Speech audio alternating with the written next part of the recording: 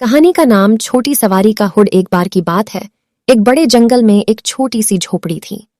उस घर में एक दयालु जोड़ा अपनी छोटी बेटी के साथ रहता था। लड़की की माँ बहुत कुशल दर्जन थी। एक दिन उसने अपनी बेटी के लिए एक केप और एक सुंदर लाल शॉल सिलवाया और वह उन्हें हर दिन पहनती थी।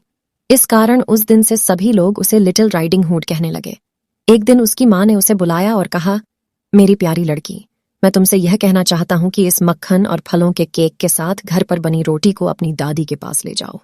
लिटिल राइडिंग हुड ने कहा, मुझे बहुत खुशी होगी माँ, लेकिन मैंने बहुत समय से दादी को नहीं देखा है।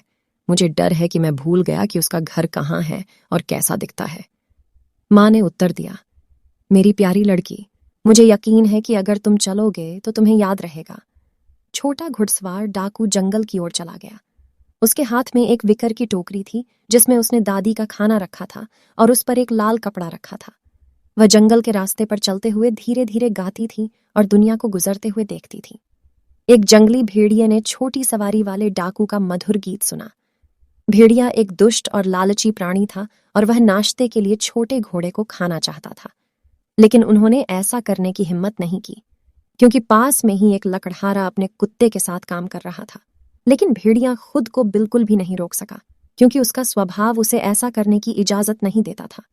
तो भेड़िया मुसीबत में न पड़ने के लिए छोटी सवारी के हुड पर हमला करने के बजाय धीरे धीरे और गंभीरता से उसके पास गया और कहा, नमस्ते लिटिल रेड राइडिंग हुड। इस सुंदर और सुहावनी सुबह में आप कहाँ जा रहे हैं? लिटिल राइडिंग हुड ने उत्तर दिया, मैं अपनी दादी के पास ब्रेड बटर और फ्रूट केक खरीदने जा रहा हूं।